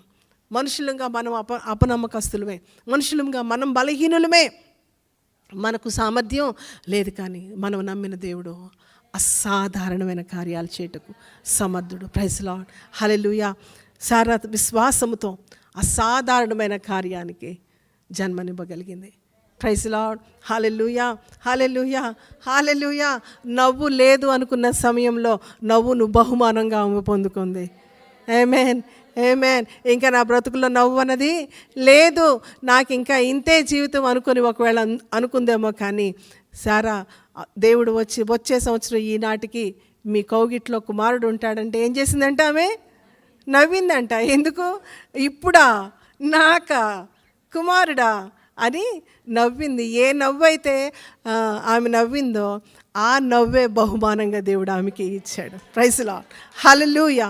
మన దేవుడు అసాధారణమైన కార్యాలు చేయుటకు సమర్థుడు. Praise lord. ఆయన అసాధారణమైన కార్యాలు చేయదగిన వాడు అని సారా జీవితం ద్వారా మొదటిగా దేవుడు బైబిల్ గ్రంథంలో రుజువుపరచగలిగాడు. ప్రైజ్ లార్డ్, ఆమేన్, హల్లెలూయా. ఇంత విశ్వాసురాలైన సారా జీవితంలో కూడా కొన్ని పొరపాట్లు ఉన్నాయి కదా. మనుషులు కదా, అన్నీ మంచి అనుకుంటే ఇంకా దేవుడికి మనకి మనుషులకి తేడా ఏముంది చెప్పండి? ఎంత గొప్పోళ్ళైనా, ఎంత విశ్వాసులైనా, ఎంత నమ్మిక ఉంచిన గొప్ప వ్యక్తులైనప్పటికీ కూడా మనుషులు అన్న తర్వాత ఏ ఒక పొరపాట్లు జరుగుతాయి కదా. అలాగే అబ్రహాం సారా జీవితంలో కూడా దేవుని మాట విని, దేవుని మాటకు లోబడి వాళ్ళు తమ కలిగిన దాన్ని అంతటినీ విడిచిపెట్టి దేవుని వెంబడించి వచ్చేసిన తర్వాత వారి జీవితాల్లో ఎన్నో తప్పుటడుగులు వేశారు, ఎన్నో పొరపాట్లు వారి జీవితంలో కూడా జరిగినాయి. అయితే వారు చేసిన ఆ పొరపాట్లను బట్టి ఈరోజు మనం పాఠాలు నేర్చుకోవాలి. దేవుడు ఆ వారి పొరపాటుల్ని మన ముందు ఉంచిన కారణం ఏంటంటే, మీరు పొరపాటు చేయకుండా జాగ్రత్త పడండి. వాళ్ళు చేశారుగా మనం కూడా చేయొచ్చు, పర్లేదని కాదు. చాలామంది సర్ది చెప్పుకునే విషయం ఏంటంటే, దావీదు తప్పు చేయలేదా, అబ్రహాం తప్పు చేయలేదా, వాళ్ళు తప్పు చేయలేదా, వీళ్ళు తప్పు చేయలేదు, బైబిల్లో తప్పులు చేసిన వాళ్ళని చూపించి వాళ్ళు చేశారు కాబట్టి మనము చేయొచ్చు, పొరపాటు లేదు, వాళ్ళని క్షమించాడుగా దేవుడు, మనల్ని క్షమిస్తాడు అని చెప్పి సర్ది పెట్టుకుంటున్నారు. దేవుడు వారిని మన ముందు ఉంచింది మనము కూడా వాళ్ళకి తప్పులు చేసే కోసం కాదు, కానీ వాళ్ళ యొక్క పొరపాటులు తెలుసుకొని మీరు పొరపాటు చేయకుండా జాగ్రత్త పడండి అని చెప్పడానికి దేవుడు మనల్ని మన ముందు వారిని ఉంచాడు. ప్రైజ్ లార్డ్, హల్లెలూయా, హల్లెలూయా. అబ్రహాము శారాల కోసం యేసుప్రభు సిలువలో మరణించలా, రైట్? మన కోసం ఆయన సిలువలో మరణించాడు. మనల్ని ఆయన తన రక్తముతో కడిగి మన పాపాలన్నింటినీ క్షమించి ఈ రోజున పరిశుద్ధాత్మను మనకు అనుగ్రహించి మన ద్వారా మనల నుంచి ఆయన కోరుకుంటుంది ఏంటంటే, సంఘాన్ని మచ్చైనా, డాగైనా, కళంకమైన అట్టిది మరి ఏది కూడా లేని పరిశుద్ధమైన సంఘముగా ఆయన ఎదుట నిలవబెట్టడం కోసం పరిశుద్ధాత్మ దేవుడు ఈరోజు మన కోసం ప్రయాసపడుతున్నాడు. ప్రైజ్ లార్డ్, హల్లెలూయా. పాత నిబంధనలో వాళ్ళు ఆ తప్పులు చేశారు, ఆ పొరపాటులు చేశారు. వాళ్ళ మీద ఉన్న మచ్చలు నీ మీద కూడా మచ్చలతో నిన్ను తీసుకెళ్ళి అక్కడ నుంచోబెట్టే కోసం కాదు. ప్రైజ్ లార్డ్, హల్లెలూయా. నీ మీద మచ్చ లేకుండా, డాగు లేకుండా, కళంకం లేకుండా దేవుని ఎదుట పరిశుద్ధమైన సంఘముగా, దేవుని చేత అంగీకరింపబడే సంఘముగా, దేవుడు నిన్ను చూసినప్పుడు ఇది నా పరిశుద్ధమైన వధువు అని ఆయన పక్కన నిలబడటానికి కావలసిన అర్హత, యోగ్యత కలిగిన సంఘంగా మనలను సిద్ధపరచడం కోసం పరిశుద్ధాత్మ దేవుడు ప్రయాసపడుతున్నాడు. నిన్ను మచ్చలతో తీసుకెళ్ళి ఆయన పక్కన నుంచోబెట్టాడు. ఆమేన్, హల్లెలూయా. ఈ లోకంలో ఒక అందమైన వ్యక్తినే చేసుకోవాలనుకుంటాడు కదండి, కదా? ఏమైనా లోపాలు ఉంటే చేసుకుంటారా? మరి మన ప్రభు ఎంత అందమైన వాడు, కోటి సూర్యుల కాంతితో ఆయన ప్రకాశించే సౌందర్యవంతుడు. ఆయన పక్కన నువ్వు నిలబడాలంటే ఎట్లా నిలబడాలి? ఎట్లా పడితే అట్లా నిలబడతా కుదురుద్ది అనుకుంటున్నారా? మచ్చలు డాగులు వేసుకొని ఏ పనుల ఆ మరకలు ఈ మరకలు అన్నీ వేసుకొని నిలబడతాక నిన్ను నించొనిస్తారనుకుంటున్నారా? ఆయన పక్కన నిలబడే అర్హత కావాలి అంటే కడుగుబడిన వారంగా మనం ఉండాలి, అర్హత కలిగిన వారంగా మనం ఉండాలి, మచ్చ డాగు కళంకము లేని వారంగా మనం ఉండాలి. అలా ఉంటేనే నిన్ను ఆయన పక్కన నిలవబెడతారు, అలా ఉంటేనే ఆయన పక్కన నిలబడటానికి మనం అర్హులం. Praise lord, hallelujah, hallelujah. Right. So సారా జీవితంలో కూడా కొన్ని పొరపాట్లు ఉన్నాయి. ఆ పొరపాట్లు మనం చేయకుండా ఉండటం కోసం ఈరోజు పరిశుద్ధాత్మ దేవుడు మనతో మాట్లాడుతున్నారు. ఆదికాండం 12వ అధ్యాయం 11వ వచనంలో మనకు తెలుసు, వాళ్ళు ఐగుప్తులోకి వచ్చిన తర్వాత ఇందాక చదువుకున్నాం కదా, ఆమె చాలా చక్కంది, చాలా సౌందర్యవంతురాలు సారా. కాబట్టి ఫరో మనుషులు ఆమెను చూసి, ఇంకా నా దగ్గర ఎందుకు ఉండనిస్తారు, నిన్నెట్టాగో తీసుకెళ్ళిపోతారమ్మా, ఇప్పుడు నా భార్య నువ్వని తెలిసిందంటే నన్ను చంపేసన్నా తీసుకెళ్ళిపోతారు, ఎందుకు వచ్చిన గొడవ, నువ్వు నేను నా భార్య అని చెప్పనులే, నువ్వు నా చెల్లివని చెప్తాను, కనీసం నన్ను బతకనిస్తారు. అబ్రహాం యొక్క ఐడియా బాగుందా? నువ్వు నా భార్యవని చెప్పనులే, నా చెల్లెలు అని చెప్తాను, సో నన్ను బతకనిచ్చి నిన్ను తీసుకెళ్తారు అని మంచి ఐడియా ఇచ్చాడు. అప్పుడు సారా ఏం చేయాలి? భార్యగా ఖచ్చితంగా ఆమె కోపం వచ్చే ఉంటుంది కదా. ఏ భార్య అంగీకరిస్తుంది? ఏ భార్య ఒప్పుకుంటుంది? కానీ ఇంకా తప్పని పరిస్థితి, భర్తను కాపాడుకోవాలి కదా, చచ్చిపోయేదానికన్నా బతికుండానన్నా మేలు కదా అన్నట్లుగా పాపం సారా కూడా అంగీకరించింది. కానీ ఆమె మనసులో మాత్రం విశ్వాసం ఉంది. ఆమె మనసులో మాత్రం విశ్వాసం, ఇంత దూరం తీసుకొచ్చి నన్ను పిలిచిన దేవుడు ఫరో చేతికి అప్పగించడానికా? వాగ్దానం చేసి నీకు పిల్లల్ని ఇస్తానని చెప్పిన దేవుడు ఫరో చేతికి అప్పగించడానికా? ఒకవేళ నా భర్త అసమర్థుడే అయ్యి ఉండొచ్చు, నా భర్త ఫరో చేతిలో నుంచి నన్ను కాపాడలేని అసమర్థుడే అయ్యి ఉండొచ్చు, కానీ నా దేవుడు నన్ను కాపాడతాడని ఆమె నమ్మింది. రెండోసారి కూడా మళ్ళీ అలాగే జరిగింది కదా. రెండోసారి కూడా ఏం జరిగింది? మళ్ళీ అబీమెలెకు దగ్గర సేమ్ రిపీట్ అయింది. ఆల్రెడీ ఒకసారి చూశాడు కదా అబ్రహాం, అప్పుడన్నా చెప్పాలా? రెండోసారి కూడా అదే రిపీట్, సేమ్, నువ్వు నా చెల్లివని చెప్తాను, ఒకసారి ఏమనుకోమాకలే, పోయినసారి చూసినట్టే దేవుడే అని చేస్తాడోమోలే అని చెప్పి మళ్ళీ చెల్లి అని చెప్పాడు. మళ్ళీ అబీమెలెకు మళ్ళీ తీసుకొని వెళ్ళిపోయాడు. కానీ దేవుడు మాత్రం ఊరుకోలేదు. రైట్. విశ్వాసం ఉంచిన సారా విషయంలో భర్తగా తన భార్యను కాపాడుకోలేకపోయాడేమో, కానీ దేవుడు మాత్రం సారాను కాపాడాడు, తన పవిత్రతను కాపాడాడు. ఎక్కడ కూడా ఎవరి చేయి కూడా ఆమె మీద పడనీయకుండా తన దేవుడు ఆమెని కాపాడాడు. Praise lord, praise lord. ఆమె విశ్వాసం ఆమెను కాపాడింది. హల్లెలూయా, హల్లెలూయా. సో కాబట్టి మనం అక్కడ ఈ విషయంలో మనం నేర్చుకోవాల్సిన, అర్థం చేసుకోవాల్సిన విషయం, ఈ రోజుల్లో కూడా కొన్ని సందర్భాల్లో భర్త తోడుగా ఉంటాడు, ఏ పరిస్థితుల్లోనైనా నా పక్షంగా ఉంటాడు, నా తరపున మాట్లాడతాడు, ఏ పరిస్థితుల్లోనైనా నాకు నా పక్షంగా నిలబడతాడు అనుకున్న భర్త కొన్నిసార్లు అడ్డం తిరగచ్చు. అవును కదా, ఉంటాయి, చాలా స్టోరీలు ఉన్నాయి ఇట్లా కూడా. వాళ్ళ సొంతోళ్ళు లేకపోతే వాళ్ళ కుటుంబీకుల మధ్యలో ఏదైనా డిస్కషన్స్ వచ్చినప్పుడు, ఏదైనా ఇష్యూస్ రైజ్ అయినప్పుడు భార్యను ఒక దోషిగా నిలవబెట్టి అందరూ తన మీద నేరాలు మోపుతూ ఉంటే, తనదే తప్పు అని నేరం మోపుతూ ఉంటే, భర్త తన పక్షంగా నిలబడతాడు అనుకున్న భర్త వాళ్ళ వైపు అయిపోయి ఈమెను ఒంటరిని చేసేసిన సందర్భాలు ఎన్నో సాక్ష్యాలు మనం విన్నాం. ఒకవేళ అట్లాంటి పరిస్థితులు ఏవైనా ఒకవేళ మీ జీవితాల్లో, వింటున్న వారి జీవితాల్లో తోడుగా ఉంటారు, సహాయం చేస్తారు, ఏ పరిస్థితులైనా ఆదరిస్తారు, ఎవరున్నా లేకపోయినా నా భర్త నా పక్షంగా ఉంటాడు అని ఒకవేళ ధైర్యంగా నీ భర్తను గురించి నువ్వు అనుకోని సందర్భంలో, లేకపోతే అనుకోని విధంగా ఆదరిస్తాడు అనుకున్న భర్తే, తోడుంటాడు అనుకున్న భర్తే శత్రువులాగా ఒకవేళ మారిపోతే నీ నీతి నిన్ను రక్షిస్తుంది, నీ విశ్వాసం నిన్ను రక్షిస్తుంది. ఒకవేళ మీకు తెలియకపోవచ్చేమో కానీ చాలామంది జీవితాలు ఇట్లా ఉన్నాయి. చాలామంది జీవితాలు ఇలాంటి పరిస్థితులు ఎదుర్కొంటూ ఉన్నారు. అందరినీ వదిలేసుకొని నా భర్త నాకు తోడుగా ఉంటాడు అని చెప్పి భర్త వెంట నమ్ముకొని వచ్చేసిన అనేక మంది స్త్రీలు కొన్ని రోజులు గడిచిన తర్వాత నమ్ముకొని వచ్చిన భర్తే శత్రువులాగా మారిపోయి చంపేస్తున్న వార్తలు కూడా మనం వింటున్నాం. లేదా ఎన్ని వార్తలు మనం వింటలేదండి కదా? కాబట్టి లోకం చాలా భయంకరంగా ఉంది. మనం అనుకున్నట్లు కాదు. లోకంలో చాలా పరిస్థితులు తారుమారైపోతున్నాయి. ఈరోజు ఊహించుకున్న విధంగా రేపు జీవితం ఉండట్లేదు. ఈరోజు నువ్వు నమ్మిన వ్యక్తి రేపొద్దున నీ నమ్మకాన్ని కంప్లీట్గా వమ్ము చేసేస్తున్నారు కదా. నువ్వు నమ్ముకొని వచ్చిన వ్యక్తే నిన్ను కాపాడుతాడు అనుకున్న వ్యక్తే, నీకు అండగా నిలబడతాడు అనుకున్న వ్యక్తే ఒకవేళ అడ్డం తిరిగేసిన, అనుకోని విధంగా పరిస్థితులు తారుమారైపోయినా, అందరి ఎదుట నిన్ను కాపాడవలసిన, నిన్ను భద్రం చేయవలసిన నీ భర్తే ఒక దోషిగా నిన్ను నిలవబెట్టి నీ మీద నేరాలు మోపుతూ మాట్లాడుతూ ఉన్నా, నువ్వు నమ్మిన నీ దేవుడు మాత్రం నిన్ను విడిచిపెట్టడు. నీ విశ్వాసం మాత్రం నిన్ను వమ్ము చేయదు. సారా జీవితం జరిగింది అదే. తన నిస్సహాయ స్థితి తను కాపాడుకోవడం కోసం, తన జీవితాన్ని కాపాడుకోవడం, తను చచ్చిపోకుండా తను బ్రతికుండటం కోసం అబ్రహాము సారాని నా చెల్లి అని చెప్పి రాజు తీసుకెళ్ళిపోతున్నా ఏం మాట్లాడకుండా పంపించేసి లోపల కూర్చొని నువ్వు ఏడిస్తే ఏం ప్రయోజనం కదా.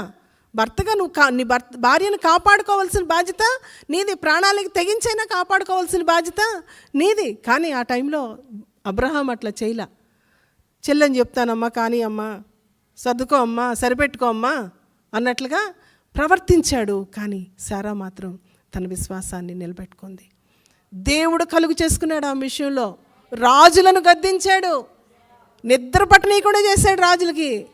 దేవుడు ఒక వ్యక్తి విషయంలో, నమ్మకమైన వ్యక్తి విషయంలో దేవుడు కలుగు చేసుకుంటే మాత్రం చాలా భయంకరంగా ఉంటుంది.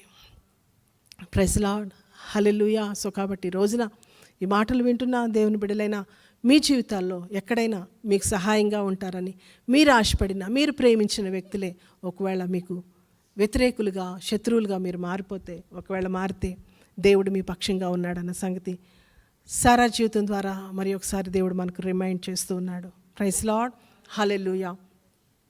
తర్వాత సారా జీవితంలో జరిగిన ఇంకొక పొరపాటు ఏంటంటే, ఆమె దేవుడు ఇచ్చిన వాగ్దానం నెరవేర్చబడేదాకా సమయాని కొరకు వేచి ఉండలేకపోయింది కదా.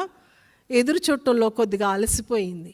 దేవుడు చేస్తాడు అని నమ్మిక ఒక పక్కన ఉంచుతూనే తన బలహీనతను చూసుకొని, ఏమో ఒకవేళ నాకు పిల్లలు పుట్టే అవకాశం లేదేమో అనుకొని తన దాసి అయిన హాగర్ను తన భర్తకు భార్యగా ఇచ్చిందంట.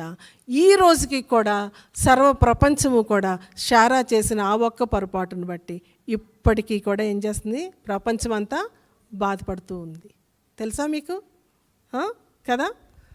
ఆమె చేసిన ఒక్క పొరపాటు, తొందరపాటుతనం, విశ్వాసంలో ఉండలేకపోవటం, దేవుని మాట నమ్మినట్టే అన్ని చోట్ల కనిపించినా ఈ ఒక్క విషయంలో దేవుని మీద నమ్మికను ఉంచకపోవటాన్ని బట్టి, నిలబడలేకపోవటాన్ని బట్టి, ఎదురు చూడలేకపోవటాన్ని బట్టి, ఓర్పుగా సహనంగా దేవుని మాట మీద నమ్మిక ఉంచలేకపోవటాన్ని చేసిన ఒక్క పొరపాటు ఈరోజు కూడా ప్రపంచానికి దుఃఖము, బాధ, వేదన ఆ రోజే స్టార్ట్ అయింది కదా. హాగర్ కుమారుడు ఏం చేశాడంట, ఇస్సాకుని ఇబ్బంది పెడతా ఉన్నాడంట. అప్పుడే చూసి ఈడు ఉండటానికి వీల్లేదు, పద తౌరేయండి ఇక్కడి నుంచి అని. ఆమెలో లేని ఆ యొక్క ఇంపేషన్స్, అప్పటి వరకు చాలా ఓర్పుగా సహనంగా ఎంతో మంచి గృహిణి, ఎంతో మంచి తల్లి, ఎంతో మంచి భార్య అనిపించుకున్న సారా హాగర్ విషయానికి వచ్చేటప్పటికి మాత్రం అసూయ, పంపించేయాలి, ద్వేషం, ఇవన్నీ కూడా ఆమెలో నుంచి ఏమేని బయటకు వచ్చినాయి. రైట్. ఆమె పొరపాటు ఆమెలో ఉన్న ఆ చెడ్డ నేచర్ని బయటికి తీసుకురావడం జరిగింది. కాబట్టి సారా జీవితంలో మంచి ఏ విధంగా మనం చూసామో ఆమె జీవితంలో ఉన్న పొరపాట్లు కూడా ఇప్పుడు మనం చూసాం. కాబట్టి ఆమె జీవితంలో మంచి ఎలా నేర్చుకుంటున్నామో అలాగే పొరపాటుల నుంచి కూడా మనం నేర్చుకోవాల్సిన పాఠాలను నేర్చుకొని పొరపాటులు జరగకుండా మనం జాగ్రత్త పడాలి. రైట్. సో కాబట్టి ఈరోజు 3వ స్త్రీ అయిన సారా జీవితంలో నుంచి దేవుడు మనతో అనేక సత్యాలను ప్రభు మనకు నేర్పించారు. కాబట్టి ఈ సత్యాలను నేర్చుకొని మనము కూడా సారా యొక్క పిల్లలము అనిపించుకోవడానికి కావలసిన చక్కని జీవితాలను మనం కలిగి ఉండి ఆ విశ్వాస జీవితాన్ని ప్రభువు మీద మన నమ్మిక విశ్వాసం ఎక్కడ కూడా తొలగిపోకుండా స్థిరమైన విశ్వాసంలో నిలవబడి ప్రభు వైపు మనం చూద్దాం. కళ్ళు మూసుకోండి, ప్రార్థన చేసుకుందాం. పరిశుద్ధాత్మ దేవుడి రోజు మీతో మాట్లాడినట్లయితే ఒకసారి కళ్ళు మూసుకొని, ప్రభువా నీ వైపు నుంచి చూస్తున్నానయ్యా, సారా విశ్వాసులకు తల్లి అని పిలువబడింది. మీరిచ్చిన వాగ్దానాలు మా జీవితాల్లో నువ్వు నెరవేర్చడానికి సమర్థుడవు, నమ్మదగిన వాడవు, మాట ఇచ్చిన వాడవు, నెరవేర్చుటకు సమర్థుడు అని నేను నమ్ముతున్నానయ్యా. అందరూ కూడా మాట్లాడండి ప్రభుతో. ప్రభు వైపు చూద్దాం, ప్రభు సహాయం కొరకు చూద్దాం. సారా ఏ విధంగా ఒక సాధారణమైన కార్యానికి నాంది పలికిందో, మన దేవుడు, మనం ఆరాధించే దేవుని యొక్క శక్తి ఏంటో రుజువుగా సారా ఈరోజు మన ముందు ఉంది. అసాధ్యాలను సాధ్యము చేయగలిగిన వాడు మన ప్రభు. నీ శక్తి నీ సామర్థ్యాలను బట్టి కాదు కానీ ఆయన అసాధారణమైన శక్తి ద్వారా వాగ్దానాన్ని ఆయన నెరవేర్చే దేవుడు. వాగ్దానము నెరవేర్చబడుటకు శక్తి లేని సమయంలో విశ్వాసాన్ని బట్టి సారా శక్తిని పొందుకుందంట. అటు శక్తిని ఈరోజు పరిశుద్ధాత్మదేవుడు మనకు అనుగ్రహించునుగాక. మీ వాగ్దానాలు, దేవుడు మీకు చేసిన వాగ్దానాలు నెరవేర్చబడటం కోసం ఒకవేళ దేవుని దగ్గర ఎదురు చూస్తున్న వ్యక్తులు మీరైతే, ఒకవేళ అలసిపోయిన స్థితిలో మీరుంటే, కృంగిపోయిన స్థితిలో మీరుంటే, వాగ్దానాన్ని పూర్తిగా మర్చిపోయిన స్థితిలో ఒకవేళ మీరుంటే, ఈరోజు మరి ఒకసారి ఆ వాగ్దానాన్ని తీయండి, మీ బైబిల్ గ్రంథాలు తెరవండి, వాగ్దానాన్ని చదవండి, దేవుణ్ణి అడగండి, ప్రభువా సారా ఏ విధమైన విశ్వాసం కలిగి ఉందో నాకు కూడా అటు విశ్వాసాన్ని ఇవ్వండి. నువ్వు ఇచ్చిన ఈ వాగ్దానం నా జీవితంలో నెరవేరుస్తావని నేను నమ్ముతున్నానని ప్రభుతో చెప్పండి. నీ నమ్మిక ప్రకారంగా దేవుడు నీకు శక్తినిస్తాడు. ఆ వాగ్దానం నీ జీవితంలో నెరవేర్చబడుటకు కావలసిన సామర్థ్యాన్ని దేవుడు నీకు ఇస్తాడు. నీకు ఒకవేళ శక్తి లేకపోయినా ఆ విశ్వాసం, దేవుని మీద ఉంచిన నీ విశ్వాసం నీకు శక్తినిస్తుంది. ఓ థ్యాంక్ యూ హోలీ స్పిరిట్. అడగండి, ప్రభు నా శక్తి నాకు కావాలి ప్రభు అని అడగండి. ఎక్కడ బలహీనులైపోయారు ప్రభు దగ్గర యథార్థంగా ఒప్పుకోండి, పరిశుద్ధాత్మకు అప్పగించుకోండి. దేవుని ఆత్మ కార్యానికి మీ హృదయాలను తెరవండి. పరిశుద్ధాత్మ తండ్రి నీకు స్తోత్రాలయ్యా. Thank you Holy Spirit. Sarah జీవితంలో నువ్వు అద్భుతాలు చేసావు ప్రభా. సారా పక్షంగా నువ్వు ఉన్నావు ప్రభా. అయ్యా నీకు స్తోత్రాలయ్యా. ఆమె మంచి మనసు, మంచి హృదయం ప్రభా. తన భర్తను యజమానుడా అని పిలుస్తూ భర్తను గౌరవించిన తన జీవితం, ఆతిథ్యం ఇచ్చిన జీవితం ఈరోజు మా ముందు ఉంచావు. అటు గుణలక్షణాలు మాకు కూడా దయచేయండి ప్రభా. తండ్రి నీకు స్తోత్రాలు. సారా వలె మేము కూడా నైనా నిన్ను ప్రేమించే వారంగా, విశ్వాసం ఉంచే వారంగా, ఏ పరిస్థితుల్లోనైనా నీ యందు నమ్మిక ఉంచే వారంగా, ఆతిథ్యం ఇవ్వటం మరవకుండా నీ ప్రేమను చూపిస్తూ ఆతిథ్యం ఇచ్చే వారంగా మేము ఉండుటకు సహాయం చేయండి. సారా యొక్క పొరపాట్లు కూడా మా ముందు ఉంచావు ప్రభా. అయ్యా ఎక్కడైనా మేము ఈ విషయాల్లో పొరపాట్లు జరుగుతూ ఉంటే, అవిశ్వాసంగా ఒకవేళ మేముంటే, నాయనా మా జీవితాల్లో అనుకోని సంఘటనలు ఒకవేళ మా పరిస్థితులు తారుమారు చేస్తూ ఉన్నప్పుడు ఆ పరిస్థితుల్లో కూడా స్థిరంగా మేము నిలబడగలుగుటకు సహాయం చేయండి. సారా పక్షంగా మీరు నిలవబడ్డారు ప్రభా. అబ్రహాము కాపాడవలసిన సమయంలో, నిలబడవలసిన సమయంలో, ఆదరించవలసిన సమయంలో, ప్రొటెక్ట్ చేయవలసిన సమయంలో అబ్రహాము ప్రొటెక్ట్ చేయలేకపోయాడు. కానీ ఫరో చేతిలో నుంచి సారాను నువ్వు కాపాడావు ప్రభా. అబీమెలెకు చేతిలో నుంచి సారాను నువ్వు కాపాడావు ప్రభా. తండ్రి నీకు స్తోత్రాలు. నీ ప్రణాళికలో, నీ సంకల్పంలో ఆమె ఉంది కాబట్టి ఏ శత్రువు కూడా ఆమె మీద చెయ్యి వేయనీయకుండా నువ్వు ఆమెను భద్రపరిచావు ప్రభా. ఓ తండ్రి నీకు స్తోత్రాలు యేసయ్యా. నీ బిడ్డలు ఎవరైనా ఇటు స్థితిలో దేవా నైనా భర్తల చేత, కుటుంబీకుల చేత, లేదా వారు పనిచేస్తున్న వర్క్ ప్లేసెస్లో ద్వేషింపబడుతూ, దూషింపబడుతూ, అన్యాయంగా ప్రభా నిందింపబడుతూ ఉన్న వారు ఎవరైనా ఉంటే అటు వారి పక్షంగా మీరుండండి ప్రభా. నీ యందు వారు ఉంచిన విశ్వాసమునకు తగిన విధంగా వారికి మేలు చేయండి ప్రభా. వారి పక్షముగా మీరు కార్యాలు జరిగించండి ప్రభా. నువ్వు వారితో ఉన్నావని నిన్ను నువ్వు రుజువుపరచుకోండి ప్రభా. తండ్రి నీకు స్తోత్రాలు అయ్యా. మరి హాగర్ విషయంలో ఆమె చేసిన పొరపాటు ఇప్పటికీ కూడా ఆమె మీద ఒక మచ్చగాను, ప్రపంచానికి ఒక బాధాకరమైన పరిస్థితిగాను ఉంది ప్రభా. అట్టి పొరపాటులు ఏ ఒక్కరూ చేయకుండా ఉండుటకు సహాయం చేయండి ప్రభా. నీ వాగ్దానం నెరవేర్పు కొరకు ఆశతో, ఓర్పుతో, సహనముతో నీ కొరకు కనిపెట్టుకుని ఉండే విశ్వాసం నీ బిడ్డలమైన మాకు దయచేయవలసిందిగా కోరుతున్నాను దేవా. ఈ మధ్యాహ్నకాల సమయంలో ప్రభా శారా జీవితంలో నుంచి ఎన్నో అద్భుతమైన సత్యాలను మీరు మాకు బోధించినందుకు నీకే వందనాలు, స్తోత్రాలు చెల్లించుకుంటూ నీ కృప కలిగిన హస్తాలకు ప్రభా ఈ మాటలు విన్న ప్రతి ఒక్క బిడ్డకి ప్రభా, తిరిగి ఆన్లైన్లో వింటున్న ప్రతి ఒక్క బిడ్డకి కూడా నీ కృపను విడుదల చేసి ప్రార్థిస్తూ సమస్తమైన మహిమ, ఘనత, ప్రభావం నీ నామానికి ఆరోపించుకుంటూ క్రీస్తు యేసు నామమున స్తుతించి ప్రార్థించి వేడుకుంటున్నాను ప్రియ పరలోకపు తండ్రి. ఆమేన్, ఆమేన్. తండ్రి అయిన దేవుని యొక్క ప్రేమయు, కుమారుడైన యేసుక్రీస్తు వారి యొక్క కృపయు, పరిశుద్ధాత్మ యొక్క నిత్య సన్నిధి సహవాసం మనకు తోడుగా ఉండి నడిపించును గాక. ఆమేన్. Praise Lord. అందరికీ వందనాలు. దేవుని యొక్క కృప మనందరికీ తోడుగా ఉండను గాక. ఆమేన్.